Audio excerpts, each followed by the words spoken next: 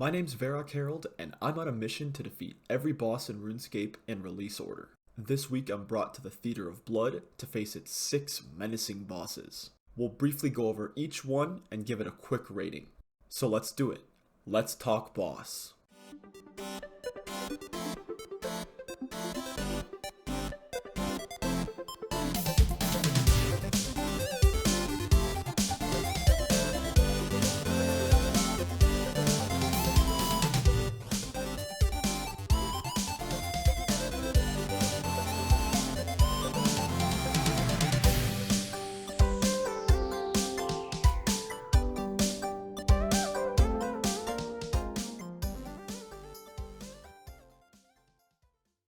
The theater's first act features the Maiden of Sotetseg, a powerful mage that leeches life and forces players to move around high damage attacks. Overall, I think Maiden's design is a pretty darn good one. It's engaging and punishing, but it doesn't feel totally ruthless, like if you make one mistake you're not one shot dead. And these spiders that are about to spawn here force your party to assign roles to freeze them. And that right there is something I think this raid does better than any of the others. Creating opportunities for players to specialize in certain rooms and certain mechanics feels really rewarding. This is one of the major reasons why, after recording this video, TOB is starting to become probably my favorite raid. It's brutal and punishing, but if you master those techniques it requires, it feels so smooth. With that being said, I'm giving Maiden an overall A score for great theming, balance of difficulty, and creating moments for role specialties. Next on stage is the pestilent Bloat. This undead amalgamation is all about timing and movement.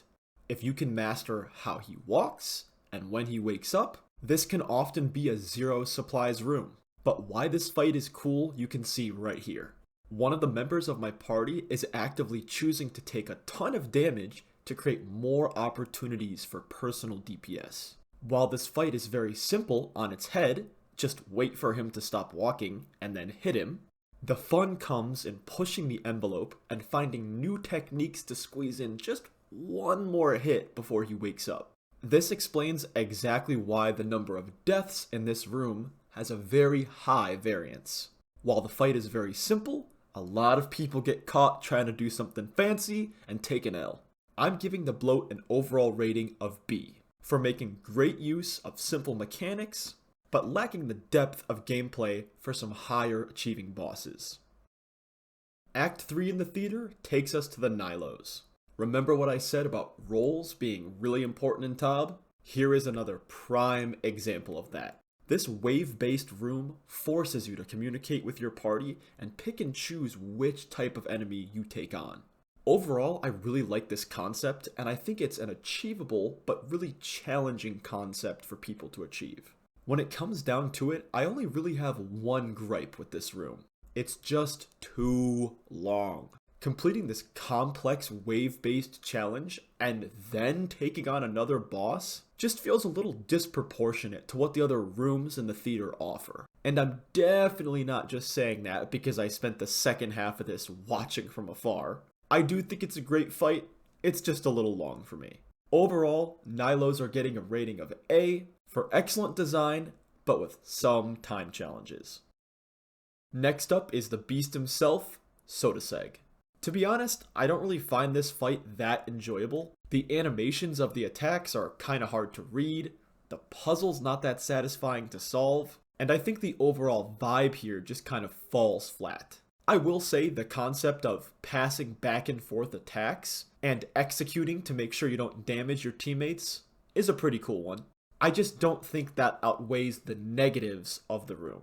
For that reason, this is my least favorite fight in Theater of Blood, and it's getting an overall rating of C. Last up before the finale is Xarpus. Another mechanically challenging fight, Xarpus forces great movement.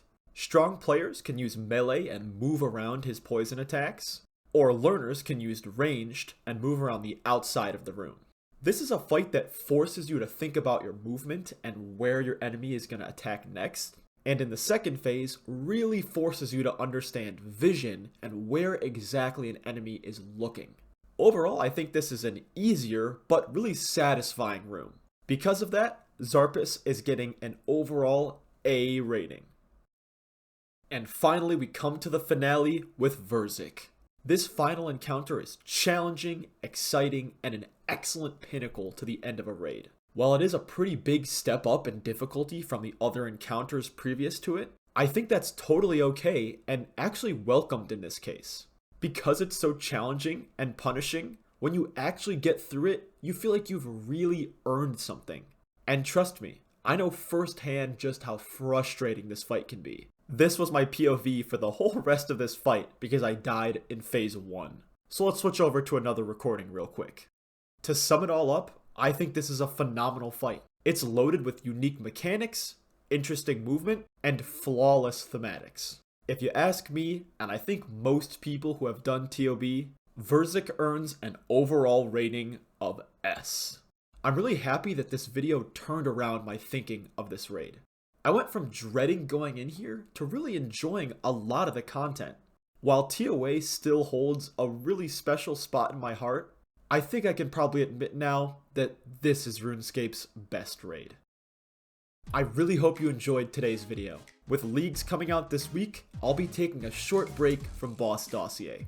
Keep an eye out for some more guides before it drops, and then some update videos while I'm playing the league. As always, please consider liking and subscribing, and we'll see you next time on